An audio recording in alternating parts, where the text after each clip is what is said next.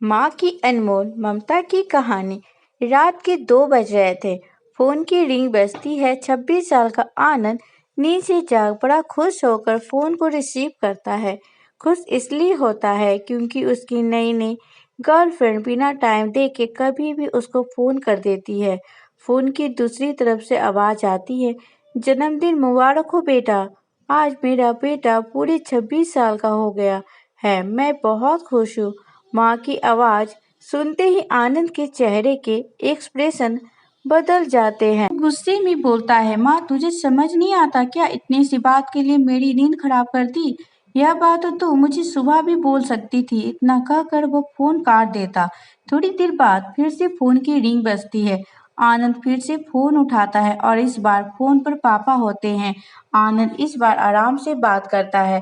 Thank you पापा, आपने मुझे बर्थडे विश करने के लिए फोन किया, वो भी इतनी रात को।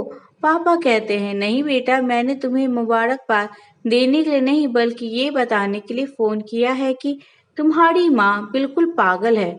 वो इतनी पागल है कि पिछले 1 महीने से मुझे हर दिन तेरा बर्थडे याद दिलाते आ रही है। वो इतनी पागल है कि तू हमसे सैकड़ों किलोमीटर दूर है, फिर भी उसने यहाँ पर खुद अपने हाथों से तेरे लिए केक बनाया है। ऊपर से ये जिद कर बैठी है कि जब तक तुझे विश नहीं कर देती तब तक न खुद खाएगी न मुझे खाने देगी। आनंद सब ध्यान से सुन रहा था और उसे ये महसूस भी हो रहा था कि उसने अपनी माँ की खुशी का महत्व नहीं लिया था। वो बोला, नहीं पापा, माँ बिल्कुल पागल नहीं है। पापा कहते हैं, नहीं बेटा, तू अपनी माँ के पागलपन को नहीं जानता, मैं जानता हूँ। वह तो 26 साल पहले ही पागल हो गई थी।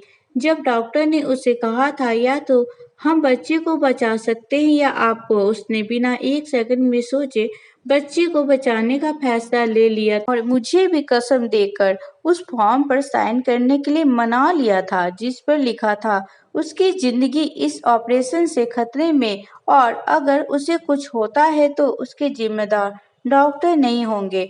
तू ही बता, बिना तुझे देखे जो औरत तेरे लिए मरने को तैयार हो जाए उससे हम पागल नहीं कहेंगे तो क्या कहेंगे। इतना कहकर पापा ने भी फोन रख दिया। आनंद ने भी अब यह महसूस किया था कि वह जो कर रहा था वो भूल नहीं, गुनाह था। हाँ, एक बार किसी इंसान को दुख दो तो कोई बात नहीं, लेकिन भगवान को दुख देना गुनाह ही होता है।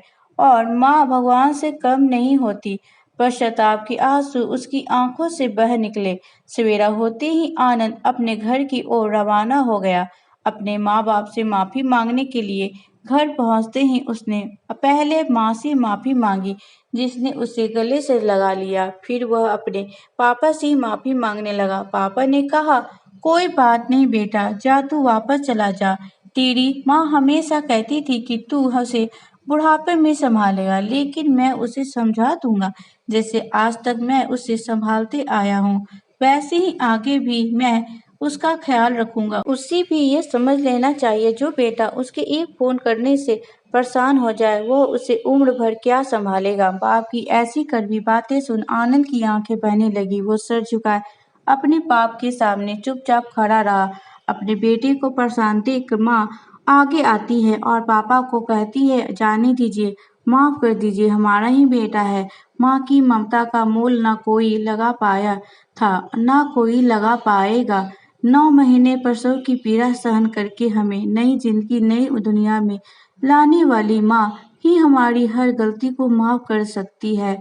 दोस्तों, अगर मेरी कहानी आप लोगों को अच्छी लगी हो तो please like, share and subscribe. मेरी पूरी वीडियो को देखने के लिए धन्यवाद दोस्तों।